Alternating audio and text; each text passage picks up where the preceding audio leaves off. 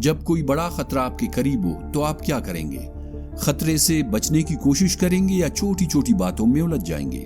یقیناً آپ کا جواب ہوگا کہ خطرے سے خود کو بچانے کی کوشش کریں گے، مگر یہ جواب ادھورا ہوگا، کیونکہ ہم اکثر ایسا نہیں کرتے۔ اب سوال پیدا ہوتا ہے کہ وہ کیسے؟ تو آئیے اس نکتے کو ایک کہانی کی صورت میں سمجھنے کی کوشش کرتے ہیں۔ ایک اندھیری رات میں ایک مسافر اپنے خیالات میں گم اپنی منزل کی طرف بڑھ رہا تھا۔ چاروں طرف خاموشی تھی۔ اچانک اس خاموشی کو ایک ہلکی سی آواز نے توڑ دیا۔ آواز خوف اور بے بسی سے بھری ہوئی تھی۔ مسافر رک گیا، سمجھنے کی کوشش کرنے لگا کہ آواز کہاں سے آ رہی ہے۔ آواز ایک خشک کنویں سے آ رہی تھی۔ مسافر کنویں کے پاس جا کر رک گیا، پوچھا کون ہو اور کیا مسئلہ ہے؟ کنویں سے جواب آیا، میں ایک ماہر لسانیات ہوں، زبانوں کا ماہر، رستہ بھٹک گیا اور اندھیرے میں یہ کنواں مجھے نظر نہ آیا، میں کنویں میں گر گیا۔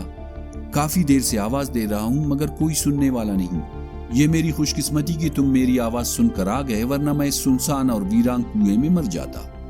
پھر بولا، مہربانی کر کے مجھے اس کنویں سے نکال دو۔ مسافر نے ہمدردی سے کہا کہ حوصلہ رکھو، میں رسی کا بندوبست کرتا ہوں اور ابھی واپس آتا ہوں۔ وہ چند قدم ہی چلا تھا کہ کنویں سے دوبارہ آواز آئی، ایک لمحے کے لیے رکو۔ مسافر رک گیا۔ اس شخص نے کہا کہ تمہاری گرامر درست نہیں ہے، تلفظ بھی ٹھیک نہیں ہے، اپنا گرامر اور تلفظ درست کرو۔ مسافر کچھ لمحے خاموش رہا، پھر سنجیدہ لہجے میں بولا، تم اس وقت کنویں میں پھنسے ہوئے ہو اور تمہیں باہر نکلنے کی ضرورت ہے، مگر تم ابھی بھی لفظوں کی درستگی میں الجھے ہو۔ ابھی مسئلہ زبان کا نہیں، جان کا ہے۔ کنویں سے جواب آیا، گرامر اور تلفظ کی غلطی نظر انداز نہیں کیا جا سکتا۔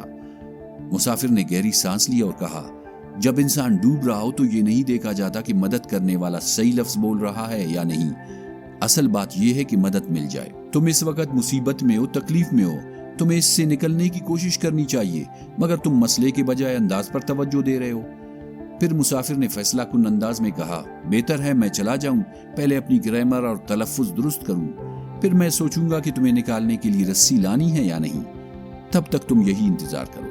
یہ کہہ کر وہ واپس چلا گیا اور اندھیرے میں غائب ہو گیا۔ اس کے بعد اس شخص کا کیا بنا، کنویں سے نکل سکا یا نہیں، یہ ایک الگ کہانی ہے، مگر اس کہانی کو بیان کرنے کا مقصد ایک باریک نقطے کی طرف اشارہ کرنا ہے۔ وہ یہ کہ جب کوئی بڑا مسئلہ ہمارے سامنے آتا ہے تو ہم اکثر اصل خطرے کو نظر انداز کر کے چھوٹی چھوٹی باتوں میں الجھ جاتے ہیں۔ نقصان بڑھ رہا ہوتا ہے مگر ہم کسی اور طرف لگے ہوتے ہیں۔